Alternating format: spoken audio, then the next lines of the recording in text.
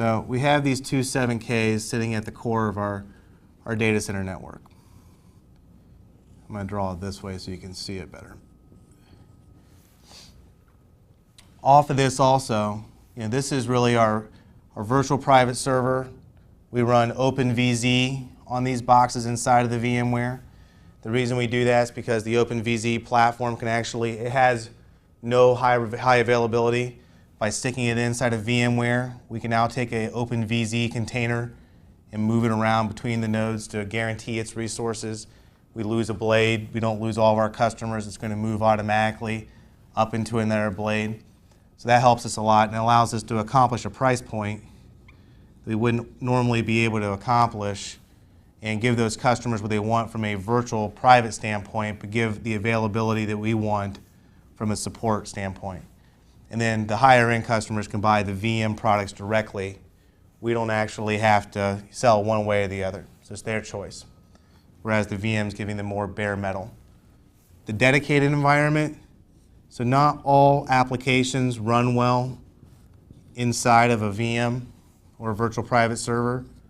So we've created the ability to bring in dedicated. These also are running on Cisco UCS M-series servers. They're coming up to Nexus 5K switches and 2K fabric extenders. So continuing the Nexus all the way out. Now we can bridge out TrustSec. We can do a bunch of other things because of that. And these guys are dual homed into the 7Ks. Lastly, we can bring in colo. So, one of the things that our larger customers demand from us is the ability for them to take some amount of their existing infrastructure, which might be colo, blend in some amount of dedicated, and blend in some amount of the virtual private to a single, and then, of course, storage, pulling out their LUNs on the storage into a single solution. So it doesn't have to be all one way or all a different way. We can cut it up and put it however which way we want.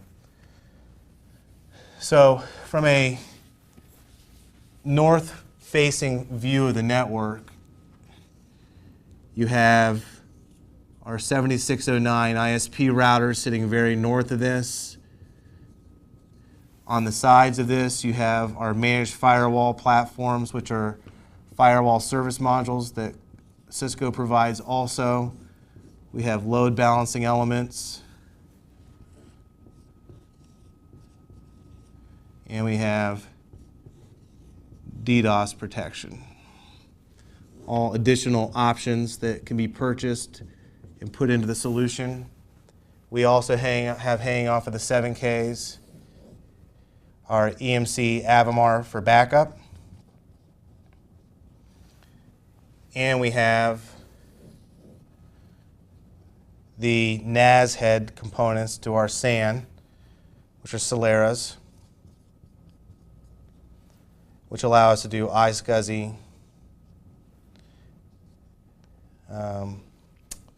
NFS, CIFS, FTP, and HTTP. So this is the cloud as it is in Columbus.